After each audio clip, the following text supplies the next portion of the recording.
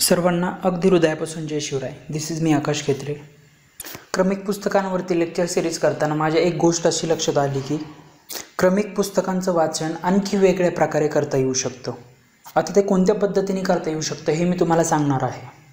In general क्रमिक पुस्तकांचं वाचन आपण कसं करतो की इयत्ता 5वीचं पुस्तक घेतलं की 5वीचे सगळे सब्जेक्ट आपण रीड करतो. 6वीचं पुस्तक घेतलं की 6वीचे सगळे सब्जेक्ट आपण रीड करतो, जसं इतिहास, भूगोल, विज्ञान कंप्लीट करतो. आणखी दुसरा एक प्रकार असा आहे की 5वीपासून ते 12वीपर्यंत एकच सब्जेक्ट एका वेळी कंप्लीट करायचा. म्हणजे 5वीचा इतिहास सब्जेक्ट घेतला, तो वाचला की 6वीचा इतिहास घ्यायचा, 7वीचा, 8वी, 9वी, 10वी, 11वी आणि 12वी असं आपण स्टेट बोर्ड कंप्लीट करतो. आणि मला असं वाटतं की 5वीपासून 12वीपर्यंत एकच सब्जेक्ट एका टाईममध्ये कंप्लीट करणं हे जरा सिक्वेन्सली असतं आणि ते आपल्याला लक्षात पण राहतं आणि लिंक पण राहते. आपण त्या फ्लोमध्ये असतो आणि फ्लोमध्ये असल्यानंतर आपल्याला बऱ्याच गोष्टी समजतात. त्यामुळे एक सब्जेक्ट घ्यायचा आहे आणि तो 12वीपर्यंत वाचत नाहीच आहे. आता हे सांगत नाही बसत की स्टेट बोर्ड वाचलंच पाहिजे का, ते मस्ट बी आहे. काय सांगतोय, मस्ट बी आहे. स्टेट बोर्ड वाचलंच पाहिजे. स्टेट बोर्ड न वाचता तुम्ही अधिकारी बनूच शकत नाहीत. मग ते स्टेट बोर्ड असेल किंवा NCERT असेल, ते मस्ट बी आहे आणि ते वाचलंच पाहिजे. मग त्यात परत एक दुसरा प्रश्न निर्माण होतो की मग स्टेट बोर्ड जे आहे ते ओल्ड वाचलं पाहिजे की न्यू वाचलं पाहिजे. ऑब्व्हियसली मी माझ्या पॉईंट ऑफ व्ह्यूनी सांगतोय. जर मला पर्सनली कोणी विचारलं तर मी फक्त हेच उत्तर देईल की स्टेट बोर्ड न्यू वाचा. हो, 11वीचं ओल्ड पुस्तक आहे इतिहासाचं, ते वाचलं तरी चालेल. परंतु आत्ता सध्या करंटमध्ये जे न्यू पुस्तक आले ते खूप क्वालिटीचे आहेत.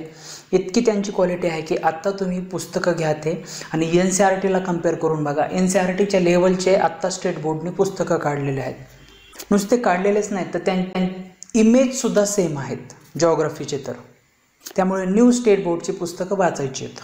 आता पुस्तकं वाचण्याची तिसरी जी पद्धत मी सांगणार आहे तर ती कशी आहे. या पद्धतीसाठी एक सगळ्यात महत्त्वाचा क्रायटेरिया हा आहे की किमान तुम्ही एकदा तरी स्टेट बोर्ड कंप्लीट वाचलेलं पाहिजे. इतिहास हा जर सब्जेक्ट घेतला तर तो 5वीपासून 12वीपर्यंत कंप्लीट वाचलेला पाहिजे. सगळे सब्जेक्ट कंप्लीट वाचलेले पाहिजे. तरच तुम्हाला मी जे आत्ता सांगणार आहे तिसरी पद्धत ती तुम्हाला व्यवस्थितपणे समजणार आहे आणि ती वाचताना आणखी जास्त आकलन होणार आहे.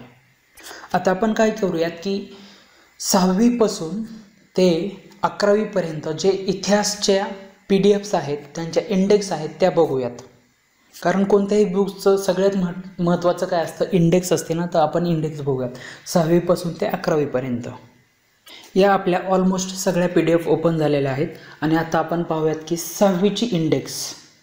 आता आपल्याला यातला एकच टॉपिक करायचा आहे. तो टॉपिक म्हणजे कोणता, पृथ्वीचे अंतरंग किंवा मग अर्थक्वेक, भूकंप किंवा ज्वालामुखी आपण ज्याला म्हणतो. तर याच्या रिलेटेड आपल्याला जर अभ्यास करायचा असेल तर मग यानुसार आपल्याला अभ्यास कसा करता येतो.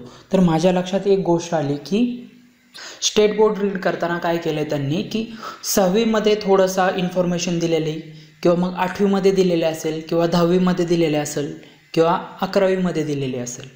एकच टॉपिक आहे, तो डिवाईड करून त्यांनी इन्फॉर्मेशन दिली आणि तो कंप्लीट केलेला आहे 12वीपर्यंत. आता फॉर एक्झाम्पल आपण पृथ्वीचे अंतरंग घेऊयात. 6वीच्या इंडेक्समध्ये आपल्याला पृथ्वीच्या अंतरंगाबाबत काही मिळू शकतं का तर बघूयात. पहिला चॅप्टर आहे पृथ्वी आणि वृत्ते. दुसरा आहे चला वृत्ते वापरूया. त्यानंतर पृथ्वी गोल, हवा, हवामान. म्हणजेच आपल्याला 6वीच्या चॅप्टरमध्ये पृथ्वीच्या अंतरंगाबद्दल काहीही इन्फॉर्मेशन मिळणार नाही. आता आपण पाहूयात 7वीची इंडेक्स. 7वीची इंडेक्स काय सांगते, ऋतुनिर्मिती, चंद्र, सूर्य, पृथ्वी, भरती, ओहोटी, हवेचा दाब. इथे सुद्धा आपल्याला काहीच मिळलं नाही आहे. त्यानंतर आता पुढे आपण बघणार आहोत जॉग्रफी. 8वीची इंडेक्स, स्थानिक वेळ आणि प्रमाण. आणि दुसरा चॅप्टर आहे पृथ्वीचे अंतरंग. म्हणजे 8वीमध्ये आपल्याला पृथ्वीचे अंतरंगाचा चॅप्टर सापडलेला आहे, चॅप्टर नंबर 2. त्यानंतर आपण 9वीची इंडेक्स बघूयात. आता 9वीच्या इंडेक्समध्ये आपल्याला काय दिलं आहे का, तर 9वीच्या इंडेक्समध्ये पहिला चॅप्टर आहे वितरणाचे नकाशे. दुसरा चॅप्टर आहे अंतरंग हालचाली. ऑब्व्हियसली समजलं. आता अंतरंग हालचाली आपला चॅप्टर आहे जो आपल्याला अभ्यास करायचा आहे. म्हणजे हा 8वीतही सापडला आपल्याला आणि 9वीतही सापडला. मग आता आपण पाहूयात की 10वीमध्ये आपल्याला आपल्या चॅप्टरबद्दल काय सापडतं आहे का, टॉपिकची इन्फॉर्मेशन. 10वीची इंडेक्स आपल्यासमोर आहे. त्यात पहिला चॅप्टर आहे क्षेत्रफळ, स्थान विस्तार, प्राकृतिक रचना आणि जलप्रणाली. तर प्राकृतिक रचना आणि जलप्रणाली आपल्याला असं वाटू शकतं की याच्यामध्ये काय आहे का, बट ते नाही आहे. ती प्राकृतिक रचना आणि जलप्रणाली आपल्या भारताबद्दलची आहे. म्हणजे 10वीतही आपल्या टॉपिकबद्दल एकही इन्फॉर्मेशन दिलेली नाही. आता आपण पाहूयात 11वीची इंडेक्स. 11वीच्या इंडेक्समध्ये पहिला चॅप्टर आहे भू हालचाली. हे सगळं पृथ्वीच्या अंतरंगाबद्दलची इन्फॉर्मेशन त्याच्यामध्ये दिलेली आहे. मग यावरून आपल्या काय लक्षात आलं की हे पहा, पृथ्वीचे अंतरंग या चॅप्टरबद्दल जर आपल्याला इन्फॉर्मेशन घ्यायची असेल तर आपल्याला इयत्ता 8वीचा चॅप्टर नंबर 2 वाचावा लागणार आहे. त्याचं नाव आहे पृथ्वीचे अंतरंग. त्याच्यानंतर इयत्ता 9वीचा चॅप्टर नंबर 2 वाचावा लागणार आहे, अंतर्गत हालचाली. आणि त्याच्यानंतर डायरेक्ट इयत्ता 12वीचा चॅप्टर नंबर 1 भू हालचाली हा वाचावा लागणार आहे. म्हणजे आपल्याला 8वी, 9वी आणि 11वीमध्ये या चॅप्टरच्या रिलेटेड चॅप्टर मिळणार आहेत. म्हणजे अगदी समोरच तिथे दिलं आहे. आता 8वीची इंडेक्स बघा, तिथे प्राकृतिक भूगोल दिलेला आहे, मानवी भूगोल आपल्याला आहे, मानवी भूगोलसुद्धा तिथे दिलेला आहे. म्हणजे प्राकृतिक भूगोल आणि मानवी भूगोल हे दोन्हीही आपल्या सिलेबसच्या रिलेटेड आहेत. फक्त ते टॉपिक आपल्याला वेगळे करायचे आहेत. आता एक टॉपिक मी तुम्हाला सांगून दिला. आता आणखी दुसरा एक टॉपिक बघू की ज्यावरती आयोग नक्की प्रश्न विचारतो, तो म्हणजे हवामान हा टॉपिक. इयत्ता 6वीची इंडेक्स बघितल्यानंतर आपल्याला चॅप्टर नंबर 4 आणि चॅप्टर नंबर 5 या हवामानाच्या रिलेटेड दिसत आहेत. आपला टॉपिक हवामान आहे ना. आता मी तुम्हाला काय म्हटलं होतं की एकदा तरी रीडिंग पाहिजे. तर हवामान हा घटक तापमानावरती अवलंबून असतो, तापमान हा घटक हवामानावरती अवलंबून असतो.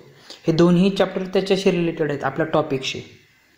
7वीच्या भूगोलची इंडेक्स बघितल्यानंतर आपल्याला लगेच लक्षात येतं की चॅप्टर नंबर 4 आहे, चॅप्टर नंबर 5 आहे हवामान या टॉपिकशी रिलेटेड. त्यानंतर 8वीची इंडेक्स बघूया. 8वीच्या इंडेक्समध्ये आता आपल्याला चॅप्टर नंबर 3 दिसतोय, आर्द्रता व ढग.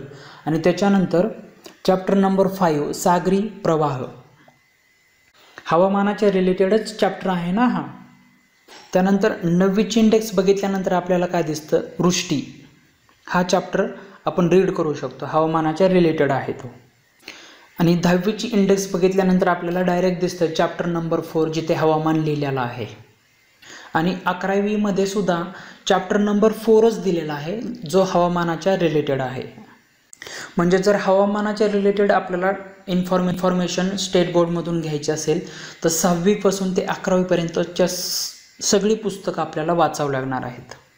6वीचा मग आपल्याला चॅप्टर नंबर 4 आणि 5 वाचावं लागणार आहे. 7वीचा चॅप्टर नंबर 4 आणि 5 वाचावं लागणार आहे. 8वीचा चॅप्टर नंबर 3 आणि 5 वाचावं लागणार आहे. 9वीचा चॅप्टर नंबर 5 रीड करावा लागणार आहे. 10th चॅप्टर नंबर 4 आणि 11वीचा चॅप्टर नंबर 4 आणि 5 हे सगळे चॅप्टर हवामानाशी रिलेटेड आहेत. आणि पृथ्वीचे अंतरंग किंवा भूगर्भ हालचाली किंवा मग आपण त्याला अर्थक्वेक म्हणतो, भूकंप, याच्याशी रिलेटेड कोणते चॅप्टर आहेत तर 8वीचा चॅप्टर नंबर 2, 9वीचा चॅप्टर नंबर 2 आणि 11वीचा चॅप्टर नंबर 1. अशा पद्धतीने आपल्याला अभ्यास करायचा. हा अभ्यास खूप छान, खूप व्यवस्थित होणार आहे आणि एकदम फ्लोमध्ये होणार आहे. एकदा तुम्ही हा टॉपिक वाचला की नंतर याची रिव्हिजन करा, नंतर याचे नोट्स काढा, तुमच्या ते लक्षात येणार आहे. आणि एक लक्षात घ्या, स्टेट बोर्डमध्ये जितक्या चांगल्या पद्धतीने समजावून सांगितलं ना तितक्या चांगल्या पद्धतीने तुम्हाला कुठेच समजावून सांगितलं जाणार नाही, इव्हन तुमच्या क्लासमध्ये सुद्धा.